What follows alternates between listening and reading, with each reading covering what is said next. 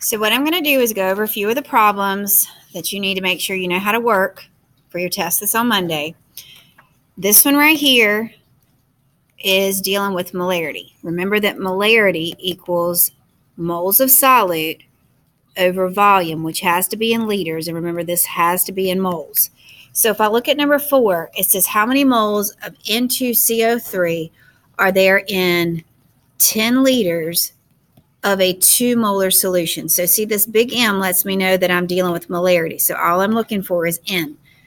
So to get N, all you're doing is a normal math operation. You multiply both sides by 10, and so you're going to get a 20 moles of solution. Okay?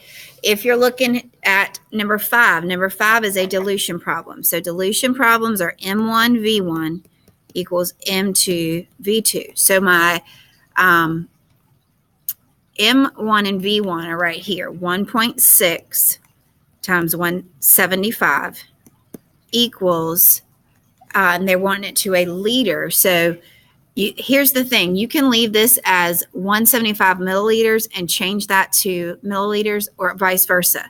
It doesn't matter, but they just both have to be in the same unit. So we're looking for M, and you've got 1,000 milliliters, okay? So when you divide both sides by 1,000, you're going to have 1.6 times 175 divided by 1,000. Your molarity is going to be 0.28, okay? All right, the next one. So when you're looking at this one, if you see moles of gas, then you know you're going to be using PV equals nRT. So you're looking for N.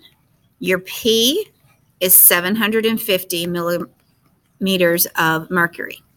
Your V has to be in liters, so this will be 0.89. Like I said, you're looking for N.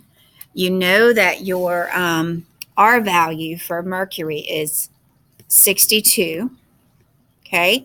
And then the temperature has to be in Kelvin, so that's going to be 273 plus 21 is going to give you 294.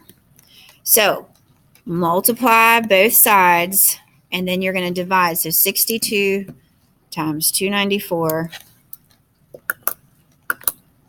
is 18,228. So you're dividing both sides by this number, and it's going to be, you got a big number. So 750 times 0.89 divided by 18,228 is going to give you your moles of 0.036. So you can round it or whatever. All right. Number 8 says, what is the partial pressure? So if I'm looking for partial pressure, that means it's going to give me my total pressure. So I've got a total pressure of 560. I know that the partial pressure of oxygen is 200. So I just subtract that, and that's going to give me 360. And then I've got a partial pressure of 56 that I need to subtract. So 360 minus 56, my partial pressure is going to be 304. Okay, so depending on if you're solving for total pressure, you add it all up. If you're solving for partial pressure, you're subtracting. All right, here's another dilution problem. It says a teacher has a solution with a volume of 350 milliliters. Okay, so remember, this is M1V1 equals M2V2.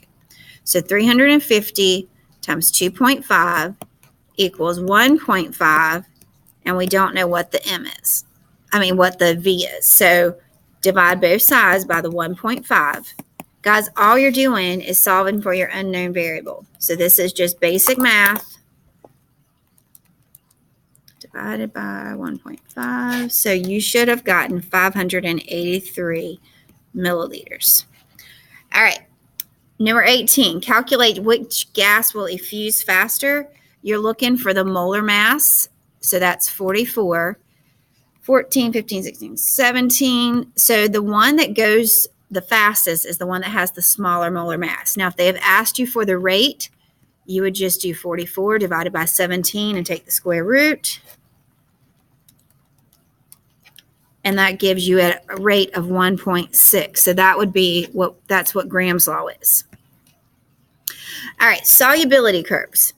What you're going to have to remember is if I'm looking at the line of potassium chlorate, if my dot is below the line, it's unsaturated. If it's on the line, it's saturated. If it's above the line, it is supersaturated. So if I want to know how much KNO3 is in solution at 40 degrees Celsius, you go just like that, and you're going to get about 58 grams. All right, if I tell you, if I ask you like how much is going to settle out of the lead nitrate solution if I am at 30 grams and I have 90, if I'm at 30 degrees Celsius and I have 90 grams. So look at where the line here hits 30 degrees Celsius. So that means you've got 65 and you're going from 90. So 90 minus 65. So 25 is going to settle out. Okay, so solubility curves are just reading temperature and then the grams. All right, this is your pressure and volume. Boyle's law, P1 V1 equals P2 V2. A gas has a pressure of 2.5 and a volume of 300. This has to be in liters, so move your decimal, so 0.300. If the pressure decreases to 1, what is the new volume? So you're looking for V2. So you just divide, obviously, by 1. So 2.5 times 0.3. This is going to give you a new volume of 0.75 liters. Okay. This is a combined gas law. Reason, because you've got temperature, you've got pressure, you've got volume. So that's P1 V1 over T1 equals P2 V2 over T2. So if I look at my temperature, 37 plus 273, oops, I did 273. So I've got a temperature of 310, a pressure of 101.3, a volume of 2.5. My new temperature is 328. My pressure is 137. What is my new volume? All right, so you got a several step problem here. So 101.3 times 2.5 divided by 310. So go ahead and get this side, which would be, let me do it in a different color. So 0.816 equals 137 V2 over 328. Multiply both sides by 328. And you're going to get 26795 equals 137 V2. Now divide by 137. Okay, so now divide that by 137. And you're going to get a volume. Your V2 is 1.95 liters. Okay, that's the combined gas law. So you've had a chance to see me work every type of problem that you're going to see on your test on Monday. These are also problems that you did on your study guide, so that way you can see if you did them right.